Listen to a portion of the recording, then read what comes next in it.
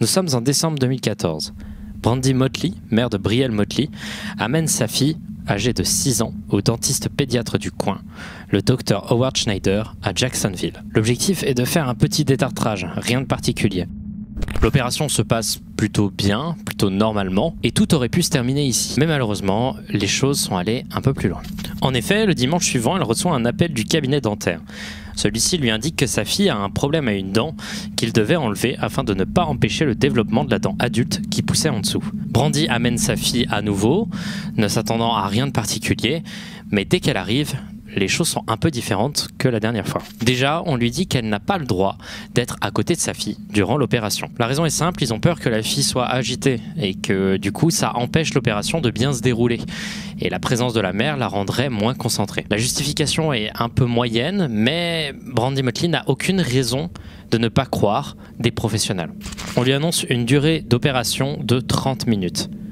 En tout, elle attendra 3 heures dans la salle d'attente. Elle entend des bribes de cris perçant la salle d'opération, mais qui semblent étouffées par les murs, et elle se dit qu'elle est juste peut-être un peu paranoïaque. Bref, rien de particulier. L'assistante sort alors de la salle d'opération et dit seulement une petite phrase. Il y a eu un petit accident. En entrant dans la salle d'opération, c'est là qu'elle vit du sang. Beaucoup de sang. Sa fille était tête contre le sol, sous le choc, en train d'hyperventiler, et de sa bouche complètement ensanglantée s'écoulaient des tonnes de sang, faisant des flaques sur le sol. La scène était traumatisante, la mère part furieuse, et en entrant dans sa voiture, sa fille lui dit quelque chose de très étrange. Elle lui dit « Ils mentent, ils m'ont fait du mal, ils m'ont étranglé pendant qu'ils me retiraient mes dents ». Paniquée, sa mère commence à regarder sa fille. Elle remarque qu'il y a des traces un peu étranges autour de son cou. Elle remarque également des bleus qui n'étaient pas présents avant. Elle remarque aussi des plaies un peu autour de sa bouche. À ce moment-là, elle se décide de regarder l'intérieur de sa bouche qu'elle n'avait pas pu voir parce qu'il était obstrué par le sang. Et c'est là qu'elle se retrouve avec une vision d'horreur. Le docteur ne lui avait pas enlevé une dent, mais bel et bien 8, laissant une gencive lisse et complètement ensanglantée. À ce moment-là, Brandy est complètement enragée. Elle porte plainte, les plaintes ne mènent nulle part, aucun avocat ne veut vraiment de cette affaire, et à ce moment-là, elle est complètement désespérée et se décide, dans un dernier acte de désespération, de faire 2 choses. D'abord, elle prend une pancarte et se met à squatter les devants du cabinet dentaire avec la pancarte pour dénoncer les agissements du dentiste, mais également elle crée un post sur Facebook racontant son histoire et postant notamment des photos de l'opération de sa fille. À ce moment-là, elle était complètement à bout, elle se disait qu'elle était peut-être folle, mais en réalité, après 350 000 partages, elle se rendit compte qu'il y avait des centaines d'autres témoignages sur ce même dentiste. Le Dr Howard Schneider menait un cabinet des enfers, et cela durait depuis des dizaines d'années.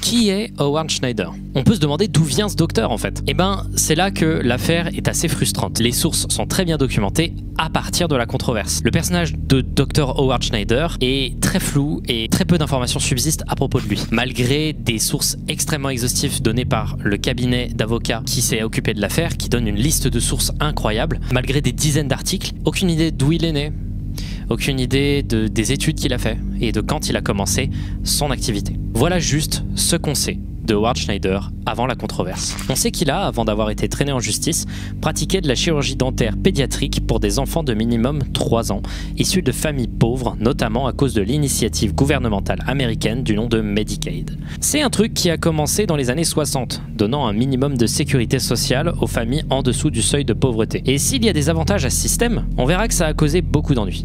Le docteur Howard Schneider a 79 ans, quand, en décembre 2014, Brandy Motley amène sa fille là-bas et que la controverse quelques mois plus tard éclate. Également, et c'est plutôt important de le dire, à ce moment-là, il exerçait sa profession depuis environ 40 ans. Il n'y avait eu aucune poursuite, sauf dans les années 90, des plaintes qui auraient été réalisées pour faute professionnelle, mais qui n'ont mené strictement nulle part. Elles n'ont pas été traitées par la police et il semblerait qu'il y ait une énorme faute de la part de la police à ce niveau-là. C'est donc dans ce contexte que le post de Brandy Motley apparaît et à ce moment-là commence un mouvement de parents énervés. Que ce soit des parents victimes ou des parents qui n'ont rien à voir avec Dr Howard Schneider, se mettent à brandir des pancartes en face de son cabinet dentaire et à protester contre lui. Le mouvement devient assez important et les médias commencent à en parler. À ce moment-là, des centaines de témoignages commencent à apparaître, plus ou moins publics. Et c'est là qu'on a plus d'informations sur le mode opératoire de Dr Howard Schneider. Déjà, dans ces témoignages, on remarque de nombreuses photos d'enfants aux dents arrachées constamment. C'est quelque chose qui a été très régularisé. Mais il ne faisait pas que arracher des dents. Il pouvait notamment parfois placer des couronnes dentaires à des enfants pour aucune raison particulière ou leur faire des plombages inutiles. Tout était pratiqué sans anesthésie ou alors beaucoup trop tôt après avoir mis l'anesthésiant, suffisamment tôt donc pour que la douleur soit complètement présente. Le Dr Howard Schneider possédait une assistante, une certaine Latosha Hillsman, qui pratiquait parfois des opérations bien qu'elle ne possède aucun diplôme dentaire. L'assistante et le docteur empêchaient toujours de laisser les parents dans la salle.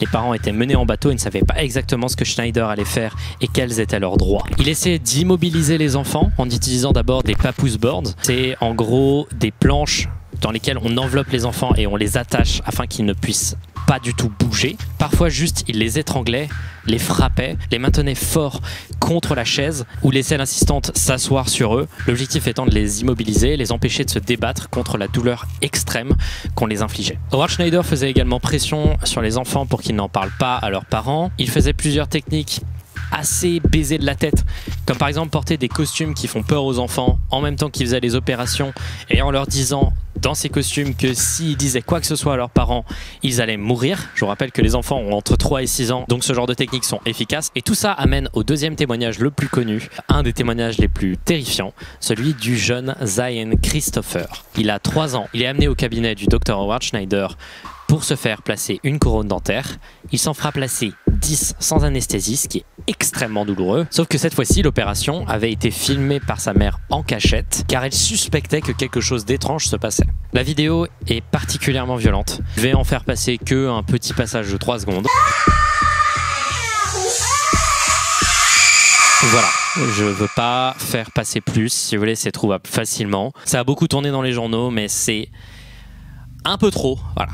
C'est vraiment extrême. À ce moment-là, la haine envers Howard Schneider est à son paroxysme. Il y a des dizaines et des dizaines de gens devant son cabinet dentaire, des docteurs ayant le même nom et qui s'avèrent être des dentistes, mais pourtant dans un autre endroit en Amérique reçoivent des menaces de mort tellement son nom est associé à des choses horribles. Tout ça amène à un moment où, à la sortie de son cabinet, une mère ayant vu son enfant se faire torturer par Howard Schneider agresse physiquement celui-ci. Et à ce moment-là, il y a un stop. Howard Schneider doit se défendre. Est-ce que Howard Schneider est vraiment le monstre que l'on dépeint? Ça paraît évident vu les preuves, les tonnes de photos d'enfants avec des dents arrachées, mais est-ce que c'est vraiment un monstre? Est-ce que finalement il n'y aurait pas une justification? Quelle est la défense? En vrai, c'est intéressant toujours de se pencher sur la défense. Quelle est la défense de Howard Schneider? Au début de la controverse, des journalistes l'ont intercepté lorsqu'il allait dans sa voiture et lui ont posé des questions sur les agissements qu'on lui reprochait de faire. Il a répondu qu'il n'attachait pas les enfants, mais qu'il les enveloppait dans la papoose board.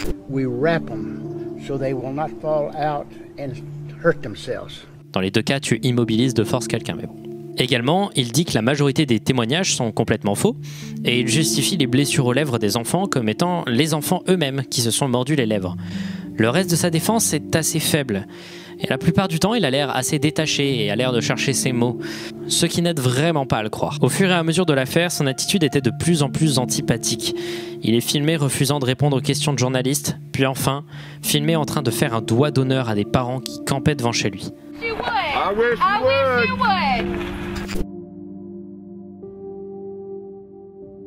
En 2015, après de longs mois d'affaires, il se fait arrêter avec 11 chefs d'accusation après que la lutte des parents l'ait amené à fermer son cabinet dentaire et quitter Jacksonville, sa ville de résidence. Mais avant de parler de quels étaient ces chefs d'accusation et de comment s'est passée l'affaire au tribunal,